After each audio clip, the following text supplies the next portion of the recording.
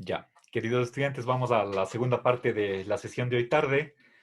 No sé si tienen alguna pregunta con respecto a alguna de las 5 interrogantes que hemos acabado de revisar.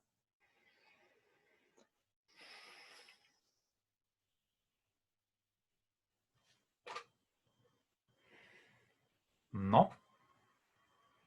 Bueno, entonces me parece que es una manera interesante de haber repasado la materia que ya se vio antes del examen del interciclo. ¿Sí? Bueno, verán, solamente para eh, reafirmar o consolidar el, cuál es la concepción que tiene Bertrand Russell de la existencia. A ver, estamos acá. La existencia se define por la posibilidad, ¿sí? Pero eso es simplemente en general, la existencia. Pero en cambio, acá estamos hablando no de la existencia, por ejemplo, de Cervantes, sino la existencia de un ente al cual estamos haciendo mención, bueno, al cual pretendemos referirnos por medio de una descripción definida. ¿Sí? A ver, entonces, simplemente vimos nosotros en la conferencia 5 que la existencia se define por la posibilidad. Pero acá cuando estamos hablando de existencia de un ente descrito, entonces eso va acá. ¿Sí? A ver, esto es posibilidad. Aquí hay dos elementos. La una es ¿sí? La posibilidad y la otra cosa es cuestión de cantidad. Por lo menos uno y a lo sumo uno. ¿Sí? Bueno, ahora algo más. Creo que no. Voy a tomar una foto de esto y borro el pizarrón para poder avanzar. Perfecto. Entonces, ahora quisiera, para continuar, para completar la revisión de la sexta conferencia, el explicitar las diferencias que hay entre una descripción definida y un nombre. ¿Sí? Me he basado en el ejemplo de Cervantes es el autor de Don Quijote, o al revés, el autor de Don Quijote es Cervantes. El orden de los equivalentes es irrelevante, puede estar, el uno puede estar a la izquierda, el otro a la derecha, o a la derecha, da igual, es una ley de, si no estoy mal, es la conmutabilidad y de la equivalencia. Lingüísticamente, en esa oración, una expresión es una descripción definida y la otra es un nombre propio. Y se da la equivalencia. Cuando digo Cervantes es el autor de Don Quijote, eso es verdadero. ¿Sí? Como Juan León Mera es el autor del himno nacional, etc. Ahora, pero cuando nosotros queremos entender lo que es cada uno, por un lado el nombre, por otro lado la descripción definida, tienen análisis muy diferentes. Hay una comprensión diferente del papel que juega cada una de esas dos expresiones. Entonces, resumamos las diferencias entre una descripción definida y un nombre. Entonces, eso lo voy a poner como subtítulo de esta pequeña parte de la clase, una descripción definida no es un nombre. ¿Sí?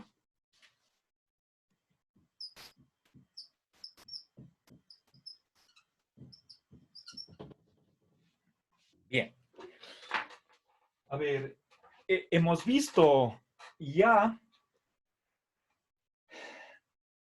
a ver,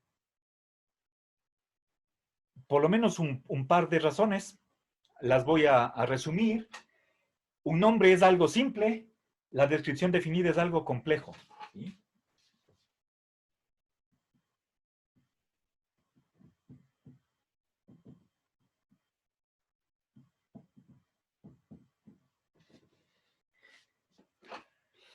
Y cuando digo Cervantes, eso es un símbolo simple, pero en cambio, si es que digo el autor de Don Quijote, ¿sí?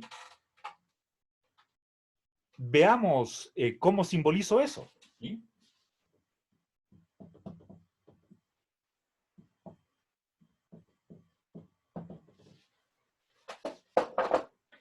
A ver, recordemos el artículo definido simplemente en su uso ordinario. Nosotros estamos hablando español, significa dos cosas. ¿Sí? Unicidad y existencia.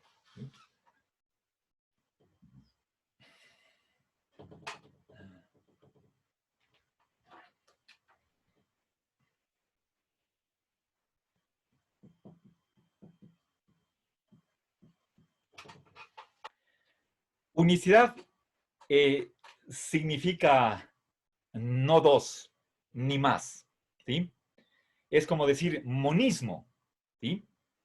Una sola entidad. En cambio, existencia significa por lo menos uno. Hay alguna entidad, pueden ser más, pero lo que excluye esta segunda condición es que no haya ninguna entidad, es decir, cero, que tengan una propiedad. ¿Sí? En este caso estamos hablando de la propiedad de ser autor de Don Quijote. Bien, ¿cómo simbolizo ambas cosas? La existencia, obviamente, por el cuantificador existencial. ¿Sí? Entonces, existe un X que es autor. ¿Sí? Ya. Existe por lo menos una entidad que es autor de Don Quijote. Esta es la primera condición. Ahora, aumentemos la cuestión de unicidad, que no hay dos. Eso se lo simboliza por medio del cuantificador universal. Pero puesto que aquí ya tengo una entidad, pero es indefinida, X es una variable, ¿sí? Ahora añadamos el cuantificador universal, ¿sí? Y para todo Y, si Y también es autor de Don Quijote, entonces Y es igual a X. ¿Sí?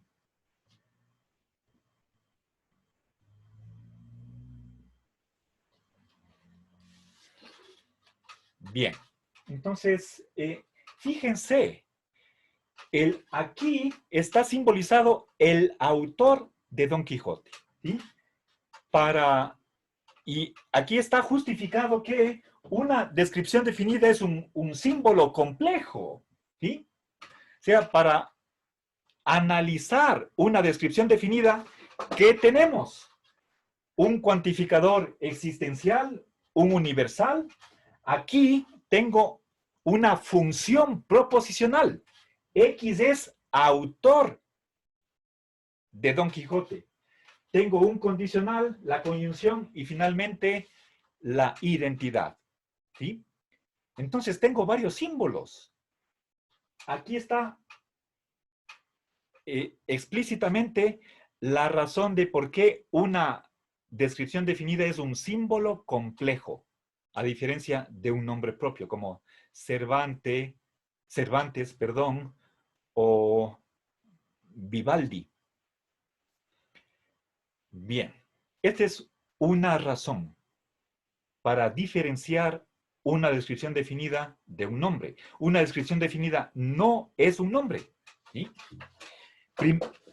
He dado ahí una primera razón. Ahora, quiero introducir una segunda razón, y esta es también importante.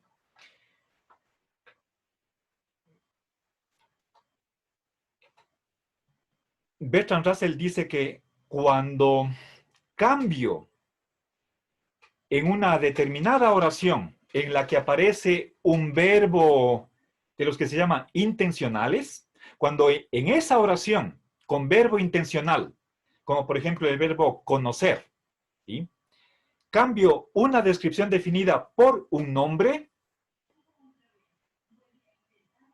el resultado es una oración diferente, ¿sí? Bien, voy a explicar eso, les voy a poner el ejemplo que aparece en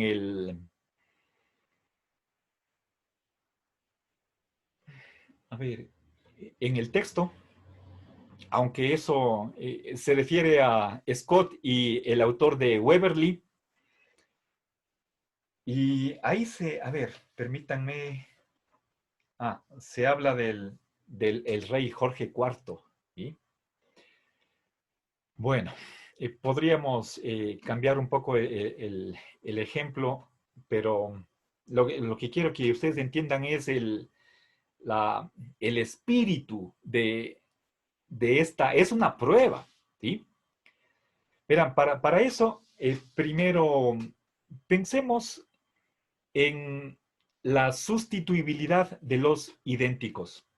Si, y en realidad ese principio ya fue enunciado por Leibniz, ¿sí? Leibniz es conocido por haber estudiado la identidad y a él se le debe esta enunciación de que si en una oración cambio una palabra por un sinónimo suyo, el valor de verdad se conserva, no se cambia el valor de verdad, ¿sí? ¿Por qué? Porque estoy cambiando una parte de esa oración por otra expresión que tiene el mismo significado. Entonces, el sustituir, por ejemplo, Cuenca por la capital de la Azuay, en donde que aparezca Cuenca y es una oración verdadera, el resultado tiene que ser también otra oración verdadera. Si es que en una oración falsa aparecía la oración Cuenca, y cambio, en vez de Cuenca pongo la capital de la Azuay, la oración resultante también tiene que ser falsa, igual que la oración inicial, que sirvió de punto de partida. Entonces, el cambiar un sinónimo por otra palabra que tenga el mismo significado, no puede hacer variar el valor de verdad de la oración inicial. Ese es un principio de sustitución de los equivalentes o de reemplazo de los equivalentes, ¿sí? Cambiar un equivalente por otro no puede alterar el valor de verdad de la oración que sirvió de punto de partida. Bien, en realidad es una ley lógica, ¿sí? Ahora, el problema es que cuando tomemos una identidad entre un nombre y una descripción definida, como la primera oración que les puse la primera hora, de Cervantes es el autor de Don Quijote, ¿sí? Ahora,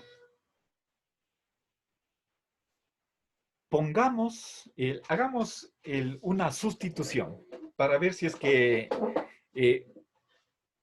cambio o no la oración. Quiero ponerles un ejemplo en el que sí hay cambio. Y eso lo que nos muestra es que precisamente no se da una identidad, sino todo lo contrario, una diferencia entre descripción definida y nombre propio, ¿sí? A ver, verán, pero quiero, antes de continuar, que quede bien claro en lo que es la regla de reemplazo, ¿sí? A ver, verán.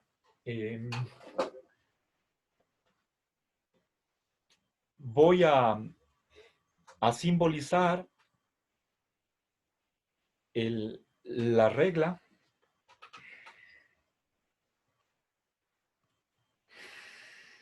de la siguiente manera. ¿Sí? A ver.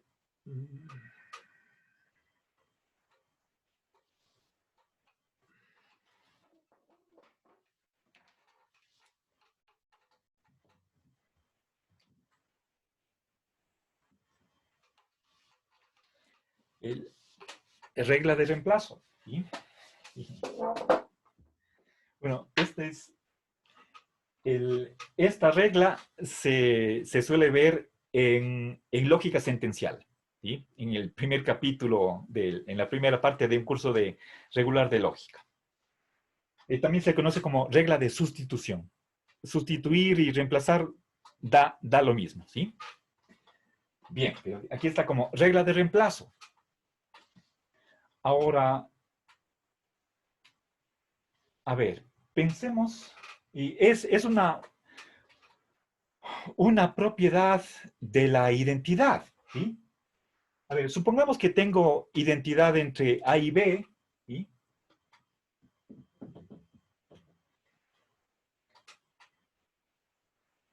Tengo aquí dos expresiones que tienen el mismo significado. Hay ahí identidad, ¿sí? Ahora, a ver, por ejemplo, hay personajes que han tenido seudónimos. A ver, permítanme si es que tengo aquí un ejemplo de eso. A ver, sí. ¿Han oído hablar de Fray Gabriel Telles? Fray Gabriel Telles. ¿No? Se le conoce más con el seudónimo de Tirso de Molina. Ahora creo que el segundo nombre se han de haber oído. ¿Sí? Bueno, hay casos de ese tipo. ¿Sí? Fray Gabriel Telles es Tirso de Molina. Esa es una identidad, ¿sí? Entre dos nombres.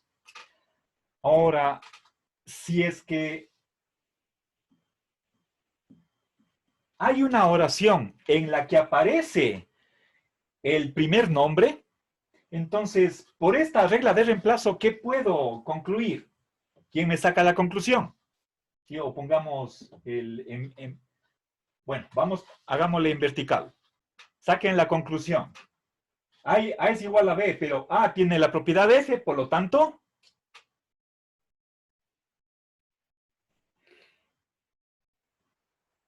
Tal vez, profe, F es B. ¿Otra vez? F es igual a B. No, usted está diciendo F es igual a B. O No. sea, sí entiendo. ¿Perdón? O sea, no entendí. Disculpe, no entendí de lo del... Tengo una pregunta. O sea, usted decía, disculpe, de los anónimos, de los seudónimos como ejemplo. El F es el seudónimo y el A es la identidad. No. Aquí F es una propiedad. ¿Sí? Por ejemplo, si es que digo A es francés. ¿Qué concluyo acá abajo? Si es que A y B son la misma entidad y la primera es francés, ¿qué concluyo? Por lo tanto, F es A, tal vez. ¿perdón? F es A. No, pues eso está acá. A es F. Conclusión.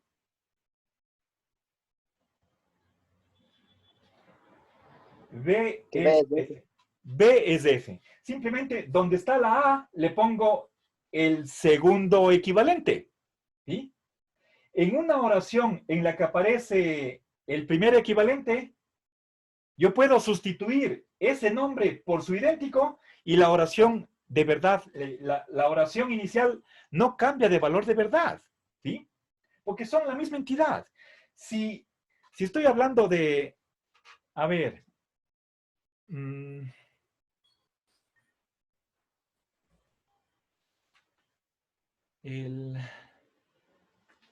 a ver, volvamos a Fray Gabriel Telles. y Tirso de Molina. Si digo Tirso de Molina es español, eso equivale a Fray Gabriel Telles es español. Si digo Tirso de Molina vivió en el siglo XVII, eso equivale, es lo mismo que decir Fray Gabriel Telles vivió en el siglo XVII. Si digo, pongamos, Tirso de Molina es mercedario, o puedo decir es dominico, ¿sí? No interesa si es que la oración inicial es verdadera o falsa, el valor de verdad se mantiene. Si es que digo, Tirso de Molina es dominico, eso equivale a Fray Gabriel Telles es dominico, ¿sí? Camila tiene una pregunta. Sí, profe, no logro comprender. Verá, la F es la propiedad, Correcto. la A es la que La F reemplaza es el predicado. y ha predicado. ¿Y el A cuál es? Por La, favor.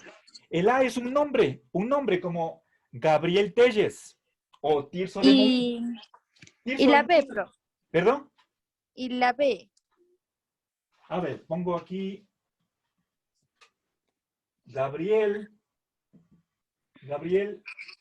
Telles es Tirso de Molina. ¿Ya? Ahora pongo acá Gabriel es español. Conclusión. En esta oración cambiemos Gabriel por su sinónimo. Entonces, ¿qué pongo acá? Que Gabriel es del No, no, Tizo de no, no. Molina. No, pues eso ya está acá. Esa es la primera No entiendo. premisa. No entiendo. Apliquemos. Miren, tengo en la primera premisa, tengo identidad entre dos nombres. Fray Gabriel, a ver, Gabriel Telles, y es Tirso de Molina. Gabriel Telles es español. Por lo tanto, conclusión. Sustituyamos en esta oración el primer equivalente por el segundo. ¿Sí? Gabriel Telles es Tirso de Molina, por lo tanto, y Gabriel Telles es español. Conclusión. Tirso de Molina es español. ¿Ya? Simplemente cambio el un equivalente por el otro. ¿Sí? Si es que esta oración es verdadera y tenemos identidad entre estos dos nombres, entonces el reemplazar Gabriel por Tirso de Molina, ¿sí? No puede hacer cambiar esta oración de verdadera a falsa, o al revés, de falsa a verdadera, ¿sí? La regla de reemplazo me dice que si es que, a ver, quizás podamos comprender mejor esta regla de inferencia si entendemos o si recordamos qué es la identidad. Dos entes, ese dos tiene que estar entre comillas, ¿sí? Dos entes son uno y el mismo cuando tienen exactamente las mismas propiedades, ¿sí? Si es que si el primer ente tiene la propiedad F, también el segundo tiene esa propiedad, porque en realidad no son dos, sino la misma. Si es que A es G, también B es G. Si es que B es H, también A es H, ¿sí? Cualquier propiedad que tenga el uno también lo tiene el otro, ¿sí? Entonces, el afirmar cualquier cosa del primer equivalente equivale a afirmar esa misma propiedad del segundo, porque no son dos, ¿sí? Estamos, ¿sí? A ver, si es que pongamos, a ver, yo digo, el Gabriel, ¿sí? Gabriel Telles vivió en el siglo XVII, ¿sí? Conclusión. Por regla de reemplazo. ¿Esta oración en qué se convierte?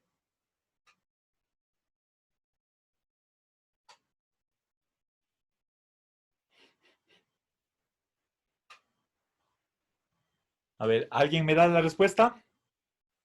en el siglo XVII vivió Gabriel Telles? Eso está dicho acá. Solo me está cambiando el orden, nada más. Me está poniendo primero el predicado, después el sujeto. Está repitiendo la segunda premisa. Tirso de Que tal vez Molina el vivió en Tusa, el siglo- perdón. A El ver, quiero que... Tiso. Ya diré, Fabi. Tirso de Molina vivió en el siglo XVII. Eso. En vez de Gabriel, le ponemos Tirso.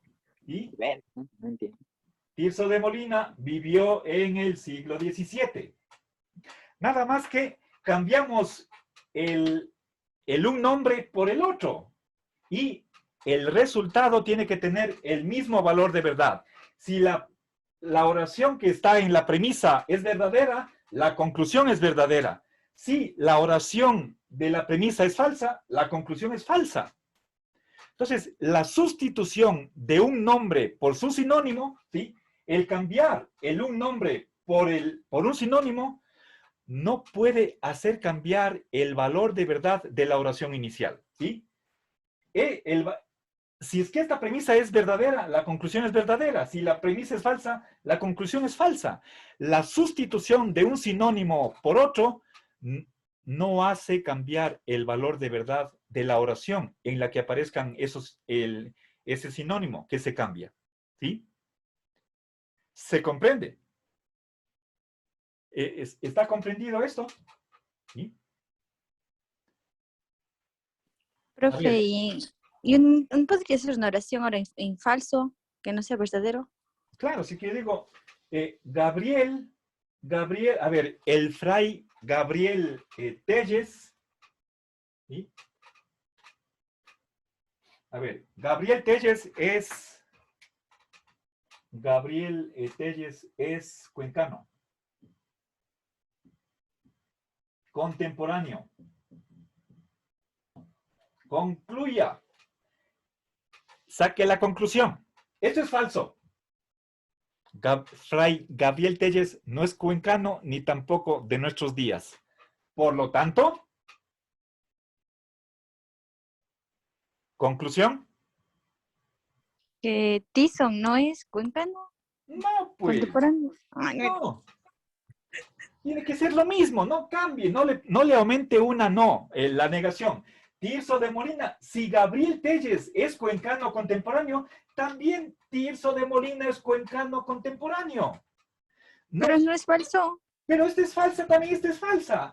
Usted si es que pone aquí, si es que aumenta la negación, está usted aplicando esta regla, pero no, aquí no hay una negación. No puede usted cambiar la oración inicial.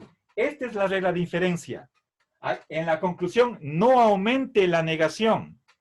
Si es que acá estaba, no es cuencano, acá también ponemos no es cuencano. ¿Sí? Oye, ya. Ya, entonces, de falsedad pasamos a falsedad. Pero no puede ser que de falsedad pase a verdad, simplemente cambiando el un sinónimo por el otro. Estamos suponiendo que es la misma persona. Son dos nombres para la misma persona. Entonces, esto es verdadero, esto es falso, por lo tanto la conclusión es falsa. ¿Sí? De falsedad pasamos a falsedad. Y de verdad pasamos a verdad. El reemplazo de un equivalente por otro en una oración dada no puede hacer variar el valor de verdad de la oración inicial. Este es simplemente un corolario de la identidad. ¿Sí? Si tenemos la identidad entre dos cosas y la primera tiene una propiedad, eso significa que la segunda tiene esa propiedad. ¿Sí? Si quieren, volvamos para el caso de Cervantes y el autor de Don Quijote. ¿Sí? A ver, aunque sabemos que una descripción definida no es un nombre, pero simplemente a efectos de entender la regla de reemplazo. Veamos qué pasa. ¿Sí? Si yo digo, Cervantes es el literato más famoso de lengua española. ¿Sí? Y sabemos que Cervantes es el autor de Don Quijote, entonces ¿Qué conclusión sacamos de ahí? ¿Sí? A ver. ¿Ya? A ver, verán. Digo, Cervantes es el autor de Don Quijote.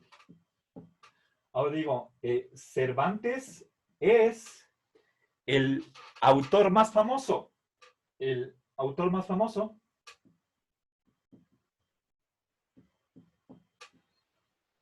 de lengua española. ¿Sí? Saque la conclusión. En esta oración reemplazo el un nombre por el otro equivalente. ¿Y qué tenemos? ¿Cómo queda? Profe, tal vez el autor de Don Quijote es el literario más famoso de lengua española. Exacto, eso es, ¿sí? Sí, profe. El autor de Don Quijote es el autor más famoso, ¿sí? ¿Ya? Entonces, si es que esta oración es verdadera, el reemplazar en esta oración el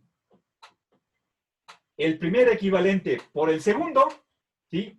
Esa sustitución no me puede hacer cambiar el valor de verdad de la oración que está en la premisa. De verdad se pasa a verdad, de falsedad a falsedad, ¿sí? Conservar el valor de verdad se dice en latín salva veritate, ¿sí?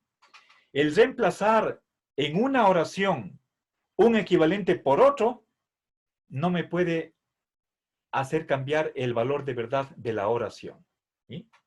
Bien. Entonces, esto es la regla de reemplazo, ¿sí? Apliquemos ahora esta regla en un contexto que se llama contextos opacos o que tenga un verbo intencional. Por ejemplo, el verbo conocer, ¿sí? Mira. Ahora, pensemos en un niño que está en la escuela y no sabe si es que Cervantes es el autor de Don Quijote. Entonces, quiere saber, ¿sí? Llamémosle Roberto, ¿sí? Roberto quiere saber si Cervantes es el autor de Don Quijote, ¿sí? A ver, sabemos que, verán, Cervantes es el autor de Don Quijote. Primera premisa. Segunda premisa, ¿sí? El Roberto quiere saber si Cervantes es autor o es el autor de Don Quijote. ¿Sí? Conclusión. A ver, verán, esto es verdadero, verdadero. Conclusión. Apliquen la regla de reemplazo. ¿Cómo queda? Aquí tengo una oración en la que aparece el primer equivalente. Sustituyamos este equivalente por... A ver, perdón, aquí es... ¿Ya? O si quieren ustedes, podemos hacer al revés, ¿sí? Para que sea más sencillo, aunque esto vale.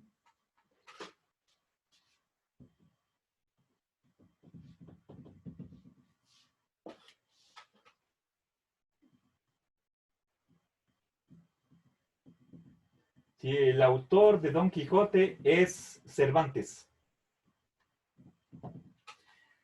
Saquen la conclusión. En esta oración, ¿sí? A ver, por favor, ¿quién me da la conclusión?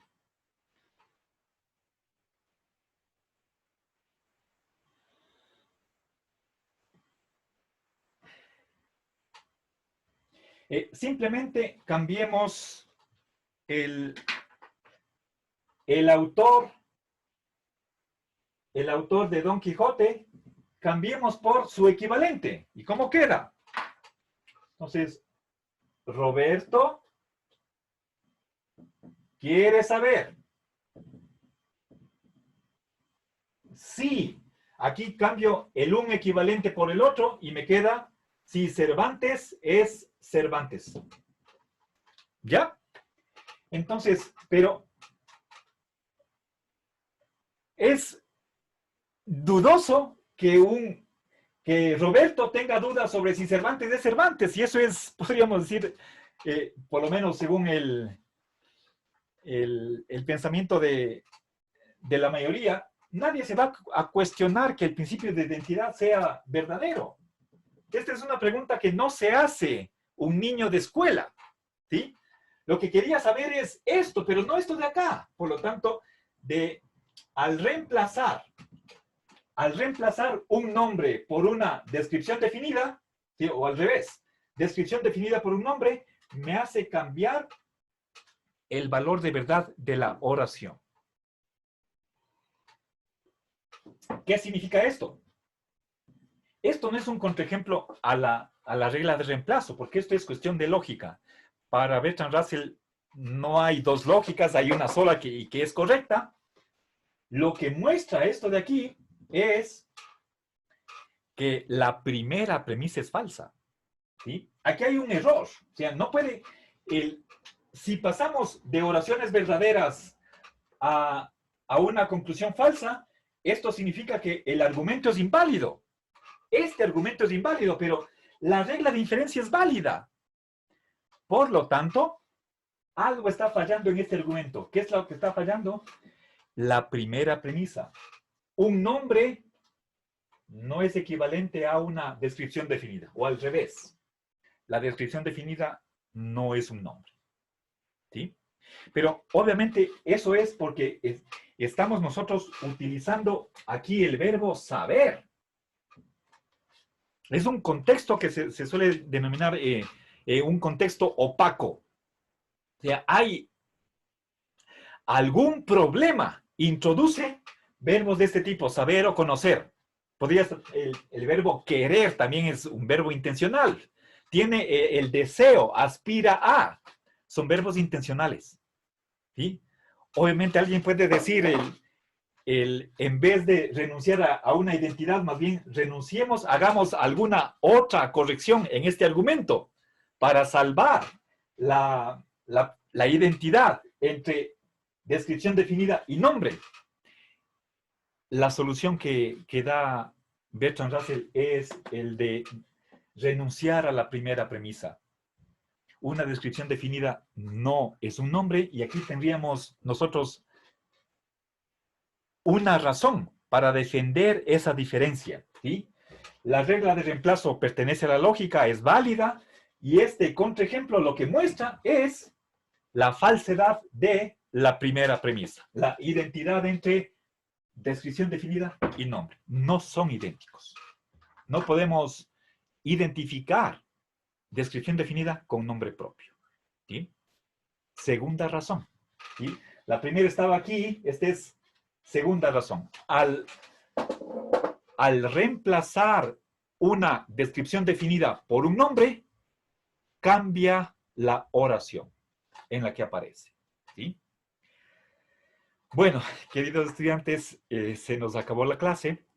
Les deseo un buen fin de semana y nos vemos la próxima. Que pasen bien.